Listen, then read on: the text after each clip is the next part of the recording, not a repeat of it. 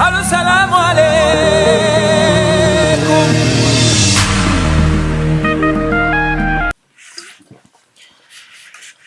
Hey guys, welcome back to another session. We're here, Unveiled Mindset, 30-day Ramadan series. We are super excited.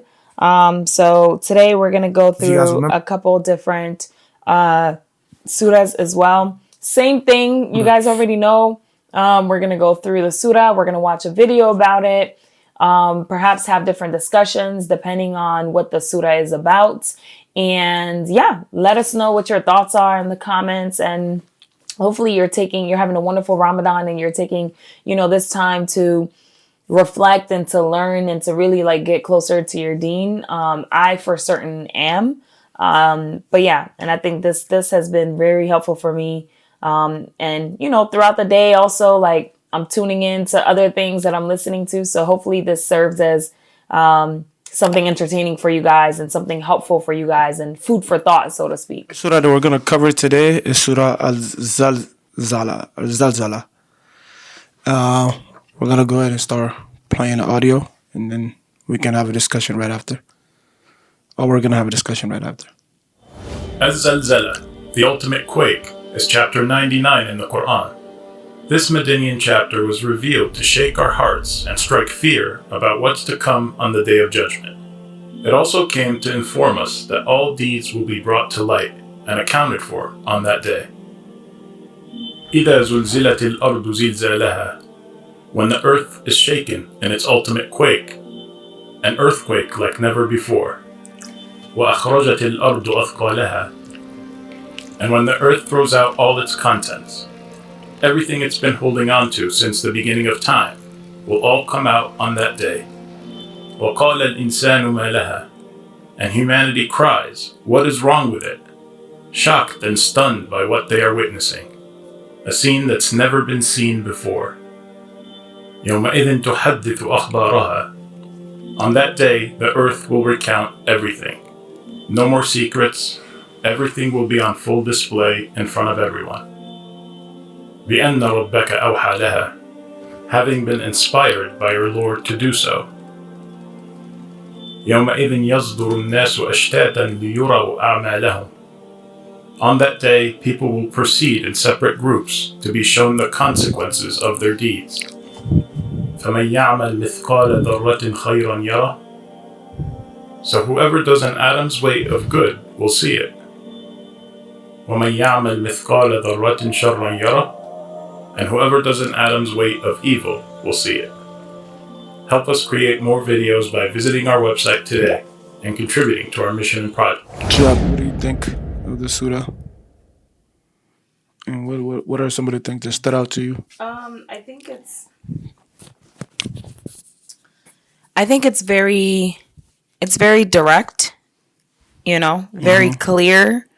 I think it's essentially a warning for people to know that there will come a day where the world will end and people will have to kind of reflect and look back and see exactly what they did, all the good things that they did, all the negative, horrible things that they did. And there's no hiding. That's really kind of the main thing that comes out. There's no, here every day and things like that. People can have things in their heart or do things in secrecy or hide things and, hide who they truly are or their actions or their intentions. But the main thing with this one is there's no hiding, who you are. You'll it's almost like a mirror, who you are or what, not who you are, but all the good things that you've done, all the bad things that you've done will be very clear. I agree. I think it's the same thing. I think this one is pretty self-explanatory. Al-Zalzala, the earthquake. Earth will break violently, and pretty much it's not another day of judgment or whatever. Or all your actions would be put out on the front, all the good and bad. Also, I think it mentioned about the separation of the good and the bad. people and stuff like that. So to me, ultimately, it's just telling us it's like the final test. This is well, not the final test, but it's the ending part. Where everything will be revealed, or at least the beginning of it, and then you clearly see that separation between people and what they did here on earth and their action that they will be judged for, whether that's good or bad. So to me, yeah, to me, this is self-explanatory. It's not. It wasn't like the other surahs that we went through. I think it's kind of like straightforward, and also just some of the context of it. The judgment day when the earth would shake violently and people would judge. People would be judged by their action. The surah is also the 99th chapter of the Quran. It's also known as Surah, what name is Zilzal, which means the earthquake. The earth will shake violently and throw up her burdens. The earth will bear witness to the action of humans. People will be separated into groups based on their deeds. People will see the consequence of their action. People will realize that accountability has arrived. So those are some of the key points pertaining to the surah, and I think we kind of touch bases on all kind of aspect of it. In general, I think it's like it's kind of scary though as you think about it. The earth breaking, just big chaos, and people will be, the day of judgment, all the things that you have done here on planet Earth, will be, out front for everybody. Well, not for everybody to see, but it will be like your judgment day, the inception of that. Yeah.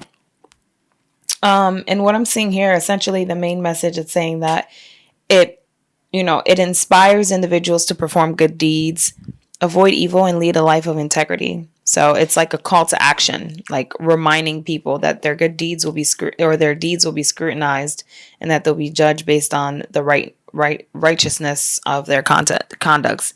So, all warnings need to be very frank. Like, hey, as a heads up warning, right? Because we're all living, we're all continuing, we're all doing things, we're all going back into the world.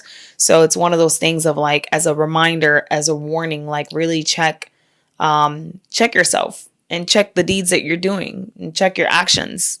Check what you've done so far and check how you move going forward. Yeah.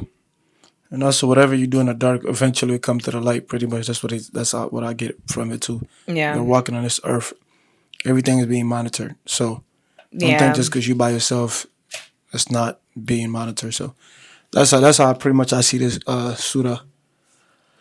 Yeah. Yeah, I think this was kind of straightforward. Yep. Agreed. So that was Surah Al-Zalzala. And we're going to move on to the next one. The next surah that we're going to cover is Surah Al-Balad. It's the 90th surah, and then Al-Balad mean the city. Let's begin.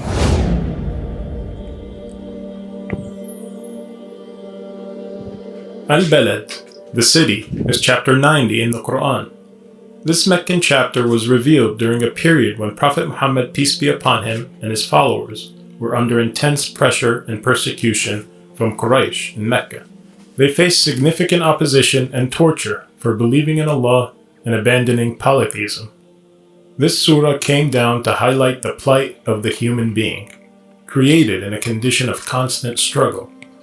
Allah shows us two distinct and clear paths for us to choose: the path of goodness and betterment of self and society, or the path of evil. Allah begins the surah swearing by this city, referring to Mecca. لا أقسم بهذا البلد. I do swear by this city of Mecca. وأنت حل بهذا البلد. Even though you, O Prophet, are subject to abuse in this city.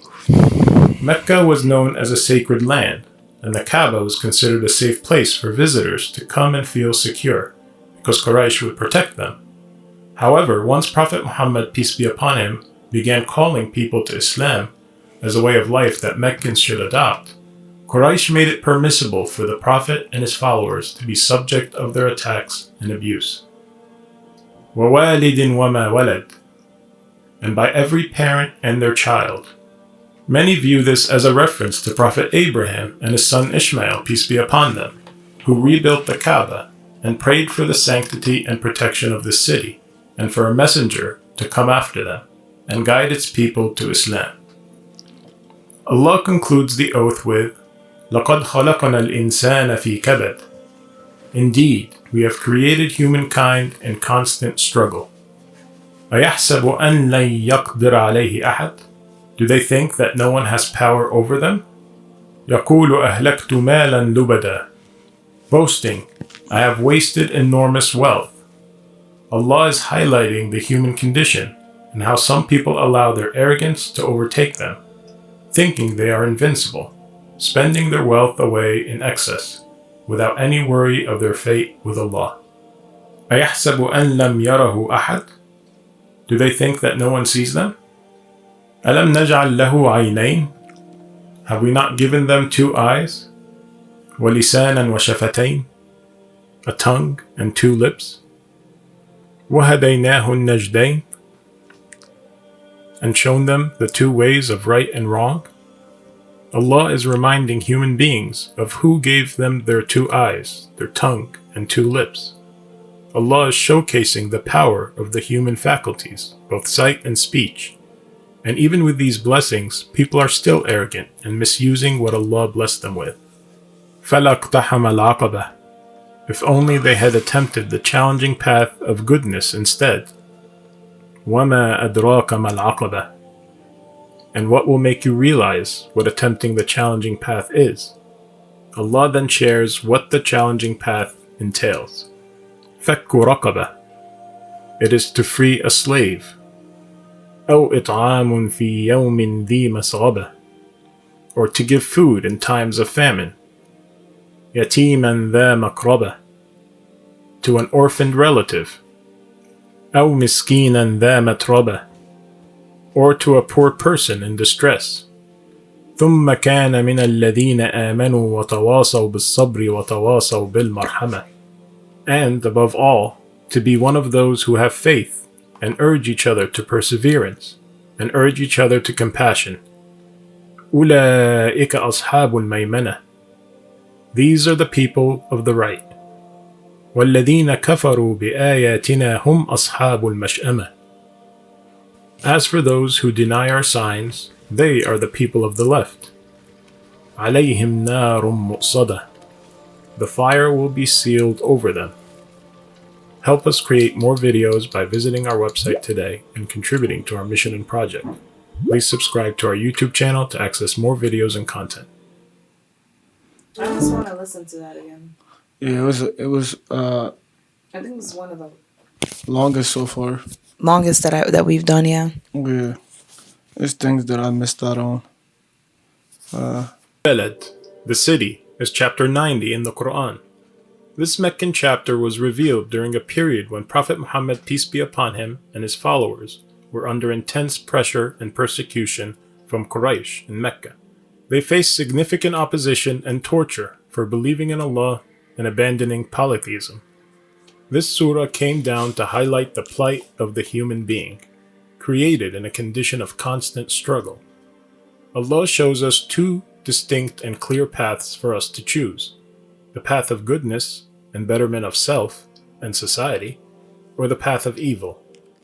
Allah begins the surah. I think since we're listening to the second time, we can kind of do breakdown as we go through. First, they mentioned about people were punished for like abandoning polytheism, right?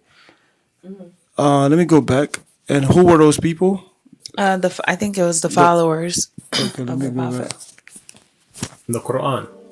This Meccan chapter was revealed during a period when Prophet Muhammad, peace be upon him, and his followers were under intense pressure and persecution from Quraysh. Okay. They faced significant opposition and torture for believing in Allah and abandoning polytheism.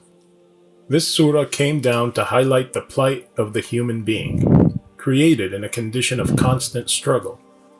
Allah shows us two distinct and clear paths for us to choose: the path of goodness and betterment of self and society, or the path of evil.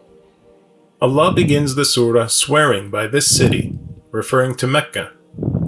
لا أقسم بهذا البلد. I do swear by this city of Mecca. وأنت حل بهذا البلد. Even though you, O Prophet, are subject to abuse in this city. Mecca was known as a sacred land, and the Kaaba was considered a safe place for visitors to come and feel secure, because Quraysh would protect them. However, once Prophet Muhammad, peace be upon him, began calling people to Islam as a way of life that Meccans should adopt, Quraysh made it permissible for the Prophet and his followers to be subject of their attacks and abuse.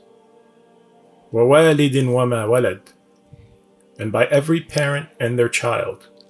Many view this as a reference to Prophet Abraham and his son Ishmael, peace be upon them, who rebuilt the Kaaba and prayed for the sanctity and protection of the city, and for a messenger to come after them and guide its people to Islam. Allah concludes the oath with, لَقَدْ خَلَقْنَا الْإِنسَانَ فِي كَبَدٍ. Indeed, we have created humankind in constant struggle. أَيَحْسَبُ أَنْ لَنْ يَقْدِرَ عَلَيْهِ أَحَدٍ. Do they think that no one has power over them?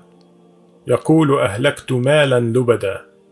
Boasting, I have wasted enormous wealth.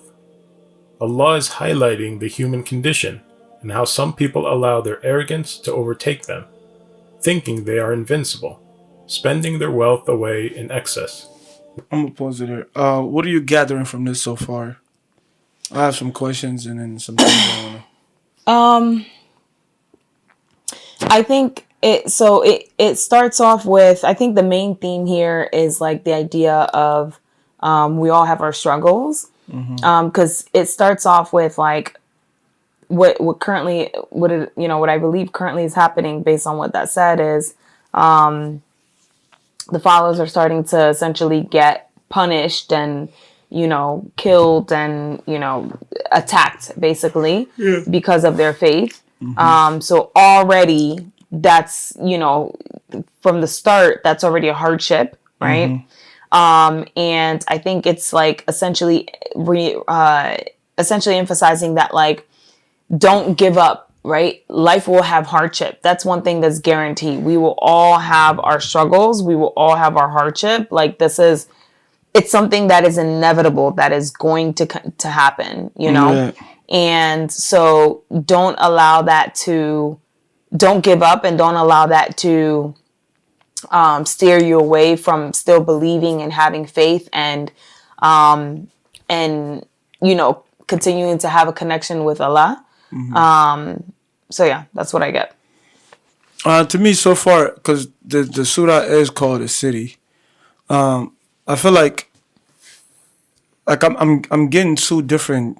Well, it's telling a story, and it's talking about people's behavior and also people's the fate of the Quraysh people at the time when Muhammad was preaching, teaching people the word of Allah or the message that was sent to Gabriel, when he was gathering more people to become part of the religion at the time. I mean, part of not the religion at the time, but the religion that Islam today.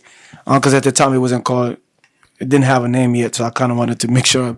So, and the Quraysh people believe multiple gods, they worship multiple gods or maybe idols or whatever. To me, it was like, because the surah said at one point, these people don't know that. Do they feel like there's like nothing else above them? Like, so he mentioned that too. So I felt like, and the Mecca was also a place where people were able to come and visit in peace. It was a safe place because the Quraysh people were the guys that were actually protecting people from all this harm. It's kind of funny how, they were going against Muhammad and therefore they became the violent tribe. And the Quraysh people are like Muhammad's tribe.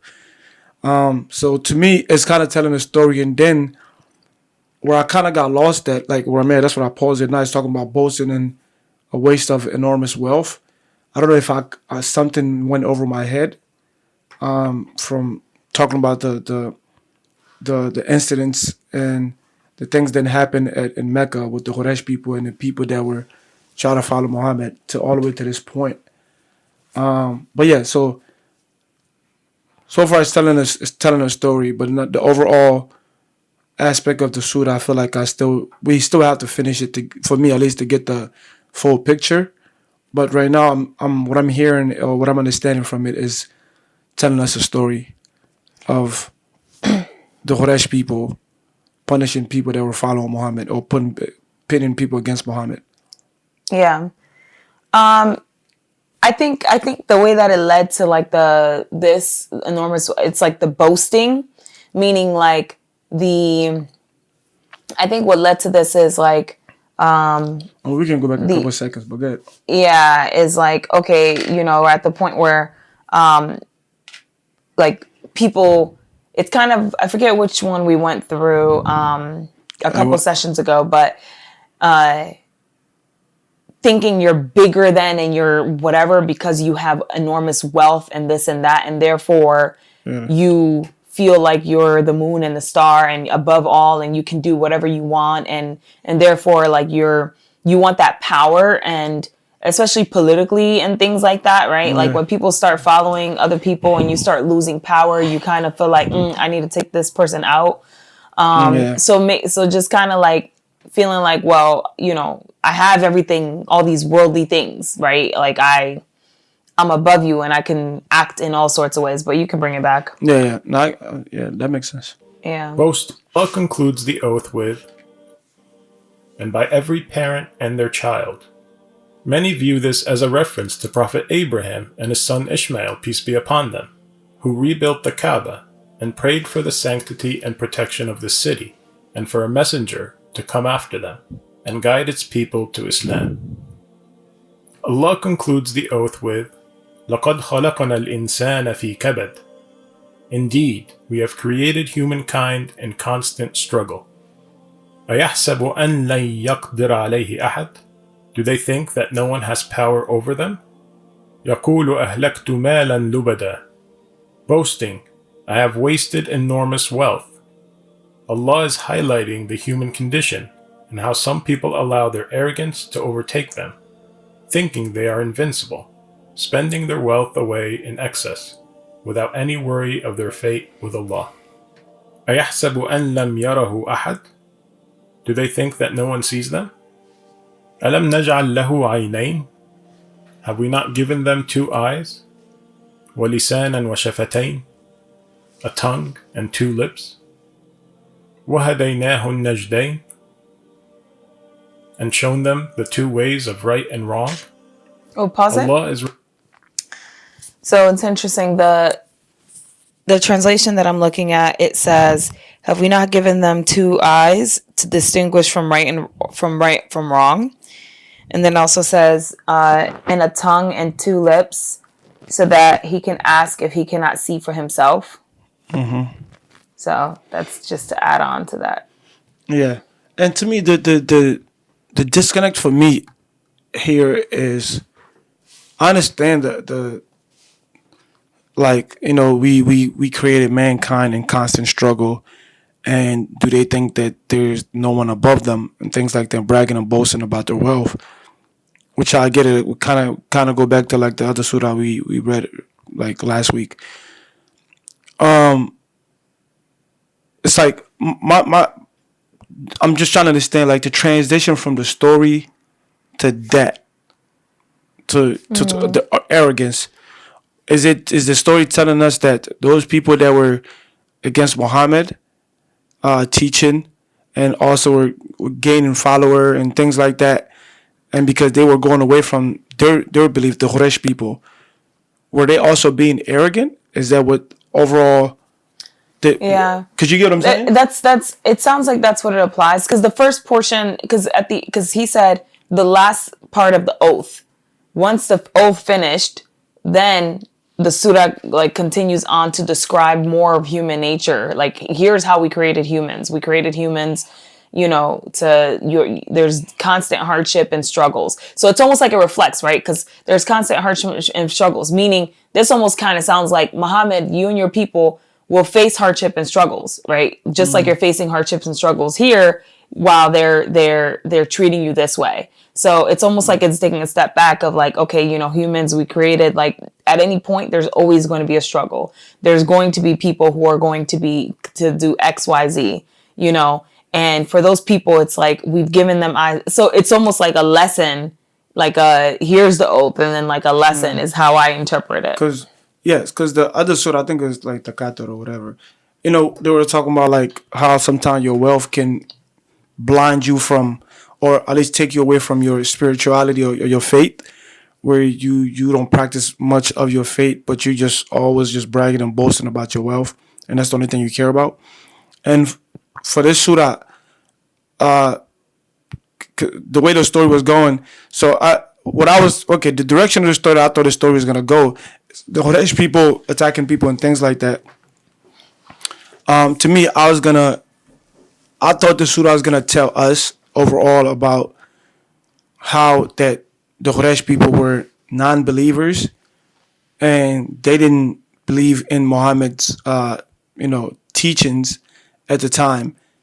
And because that story, right, it doesn't mention anything about them being like anything about wealth and boasting about anything. I think that was just a matter of faith and belief. Like, no, this is our fate. No, whatever, which is a form of arrogance too. Maybe it's talking about multiple incidents that happened, particularly in that city, and then it kind of being highlighted with the struggle of mankind. You know? Yeah, and I think and it mainly like even the idea of them not maybe agreeing, I'm missing something, but yeah, good. Yeah, even the idea of them not agreeing to what Muhammad is preaching, it mainly the way that it sounds there, it's as if it's like the way that the video explained is they're attacking people. Like it's basically like I'm speaking on how they're treating these people that have changed their faith and that are, you know, following the message and things like that, and how they feel like they're so grand enough to lay hands on them and attack. So that's how he explained it in the beginning of like, you know, talked about this city, and in this city that's peaceful, this city that's, you know, that you know, like how they were and things like that. And this, because here's the thing, some of what he says is the actual surah, and then the rest is like more his explanation of what was happening at that time, right, in the video. So that's one thing to note. But based on what he's explaining, it sounds like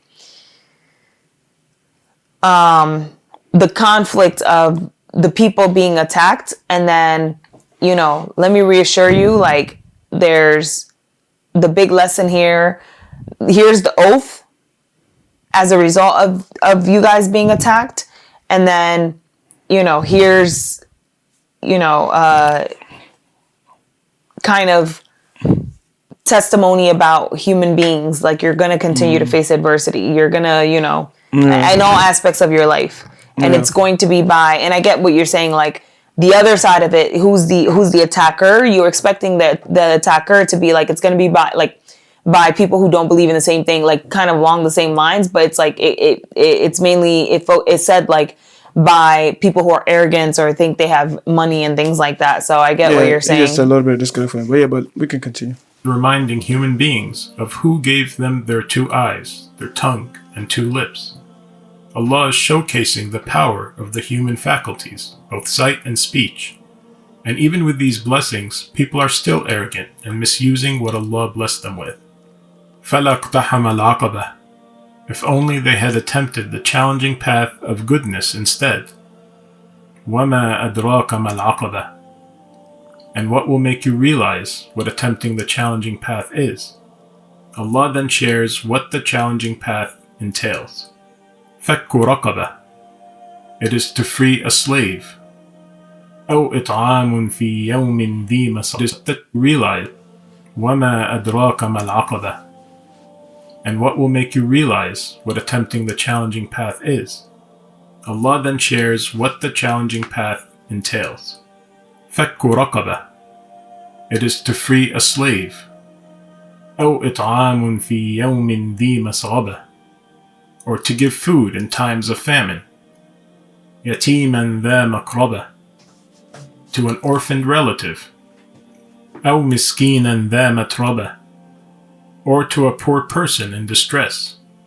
ثم كان من الذين آمنوا وتواصوا بالصبر وتواصوا بالمرحمة. And, above all, to be one of those who have faith and urge each other to perseverance and urge each other to compassion. أولئك أصحاب الميمنة. These are the people of the right. والذين كفروا بآياتنا هم أصحاب المشأمة. As for those who deny our signs, they are the people of the left. عليهم نار مؤصدة. The fire will be sealed over them. Help us create more videos by visiting our website today. Yeah. So we can. The last part there, it's like, it's interesting because it's all of those are forms of like compassion and, you know, whether it be the freeing of a slave, the feeding of the poor, the feeding to an orphan, like things that,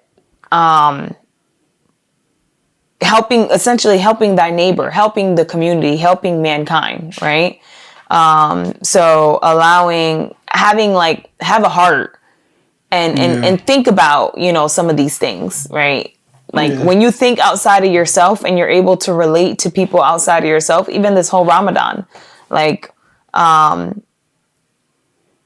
realizing, okay, there's a day or 30 days that, you know, you're missing meals, you're missing 2 meals or 1 meal or whatever for most of the day. But there are people who they don't have something to look forward to of like, oh, I can't wait till sundown. You know, they don't have a countdown. It doesn't exist.